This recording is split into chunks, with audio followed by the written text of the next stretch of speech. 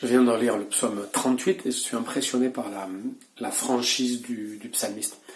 Et je nous invite à avoir des prières franches qui disent toute notre joie, qu'on puisse crier notre joie à Dieu, mais qui disent aussi toute notre douleur, toute notre souffrance. Dans le psaume 38, en fait, il y a plusieurs expressions qui montrent que le psalmiste, celui qui est en train de prier à Dieu, on peut plus vraiment. Il est au désespoir, sa douleur est immense, et il dit sa douleur à Dieu.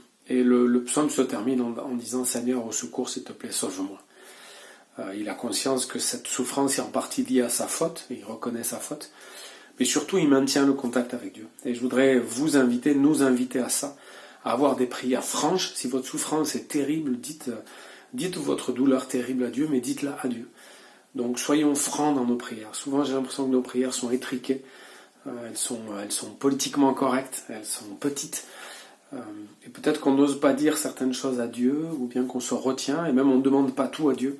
Je pense que vraiment il faut lui parler franchement, et si notre douleur est immense, il faut lui dire notre douleur immense. Il y a des croyants qui ont dit leur désir de mourir, leur désir que leur vie s'arrête, leur désespoir devant Dieu. Et dans le psaume 38, on a ce cri « Seigneur, au secours, sauve-moi ». Voilà, si vous en êtes là, eh bien n'oubliez pas, continuez à crier à Dieu « Seigneur, au secours, sauve-moi ». Soyez francs, soyons francs, mais soyons francs en continuant de parler à Dieu. Même si vous doutez de Dieu, continuez de lui parler et de lui dire votre doute, votre souffrance, votre joie. Prions à Dieu et demandons-lui de nous sauver.